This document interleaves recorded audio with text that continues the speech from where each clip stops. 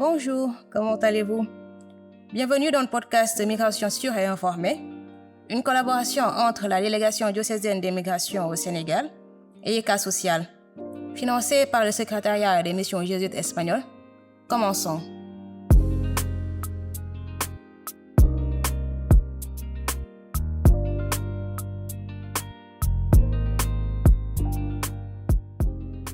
La mobilité urbaine depuis le Sénégal persiste.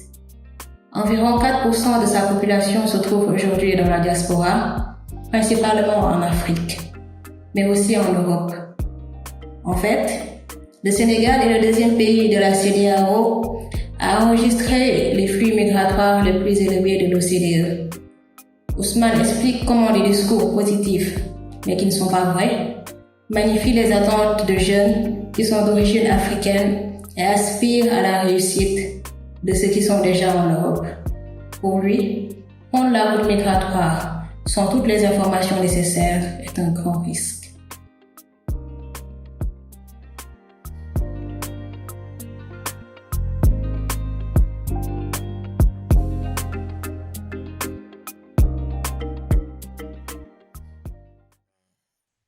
Mon nom c'est Ousmane Nyingue, je suis du Sénégal.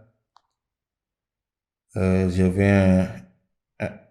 viens en Espagne depuis 2020, octobre. On est sorti à Hambourg,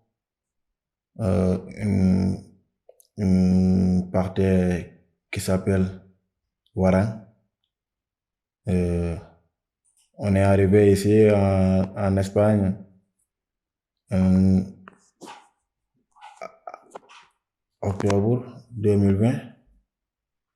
Et depuis qu'on est arrivé ici, on nous avait mis dans une port et il y avait beaucoup d'immigrés là-bas, des autres nationalités, et après, on nous avait renvoyés dans un hôtel et il y avait beaucoup de personnes aussi là-bas.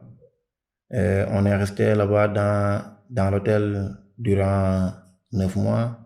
Il y a des personnes qui étaient là-bas durant 1 an parce qu'il y avait beaucoup de personnes là-bas. Et après, moi, ce que je pensais le plus, je pensais que là-bas, ça va terminer tous les problèmes parce qu'on est arrivé ici, on nous avait mis dans un hôtel, le manger, le repas, les repas, les vêtements, tout était bien.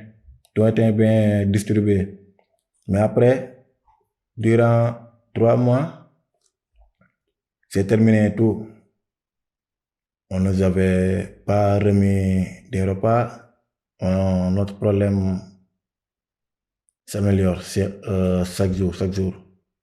Il y avait des gens qui étaient là-bas qui voulaient partir au Madrid, qui ne pouvaient pas.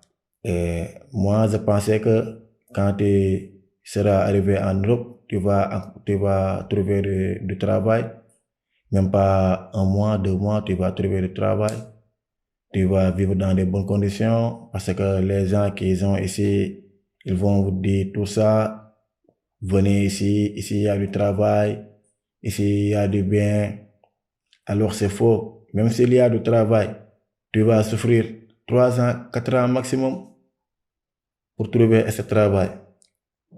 Tu risques de perdre ta santé, tu risques de perdre ta famille. Parce que ta famille, si tu ne peux pas rien faire et tu l'avais demandé que je vais y aller travailler pour vous aider, ils vont penser que toi, tu es là et tu as retrouvé ce que tu es allé chercher et tu ne les aides pas. Alors, c'est faux. Alors, si je savais que quand je serais arrivé en Europe, je ne serais pas travailler, ou je vais souffrir, ou je vais découvrir un autre monde que je ne croyais pas, je ne vais pas venir. Sincèrement, je ne vais pas venir. Parce que moi, depuis que je suis né, j'ai né avec ma famille, ils m'ont éduqué à être correct, à preocuparse de tout cosa, de no depender de nada, de no depender de rien, de ne faire quelque chose que tu ne veux pas.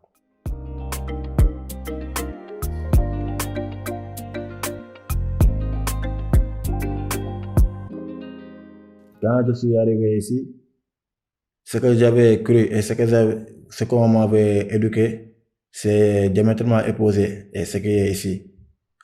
Je ne trouve pas beaucoup de respect envers les petits et les grands. Et aussi, ici, on était beaucoup de personnes qui étaient des jeunes qui ne voulaient jamais avoir des problèmes dans la rue avec une femme ou un homme ou une personne qui est un peu plus âgée que ton mère ou ta père, ça a été très difficile de convaincre comment on peut rester vivre ici parce que tu es ici et on ne vous permet pas de faire tes actitudes ou de te déplacer tranquillement, comme librement, comme tu veux. Et comment tu vas faire pour chercher ce que tu es en train de chercher ici? Ça ne sera pas facile. Donc, on avait décidé d'y aller dans la rue. On a resté plusieurs mois dans les rues avec des gens. Parfois, il y a des pluies. Parfois, il y a du vent et parce que tu es dans le sable, tu as une tente, tu le mets dans la plage, tu vis là-bas, tu dors là-bas. Tu n'es pas dans des bonnes conditions. Si ta mère ou un membre de ton famille vous appelle, tu ne peux pas lui dire ce qu'il y a ici parce que tu vis dans des mauvaises conditions et si tu leur racontes ça, eux, ils ne vont pas rester tranquilles. Alors, tu préfères de garder le silence, d'avoir sorti dans ton pays et tu es là avec les difficultés et ça ne vous montre pas le bon chemin parce que tu n'as pas les papiers, tu n'as pas une bonne santé parce que tu ne manges pas bien, tu ne laves pas le corps, tu ne portes pas des habits propres. Alors, comment les gens peuvent t'aider? Ils ne pourront pas vous aider parce que tu es comme une personne qui ne mérite pas d'être aidée parce que tu es dans la rue, tu ressembles à un fou. Et ça, si tu le racontes à des gens qui voulaient venir ici en Europe, ils vont dire que cette personne-là, il ne mérite pas d'être en Europe ou il ne veut pas que on s'en va en Europe. Ce n'est pas ça la vérité. La vérité est que c'est ici,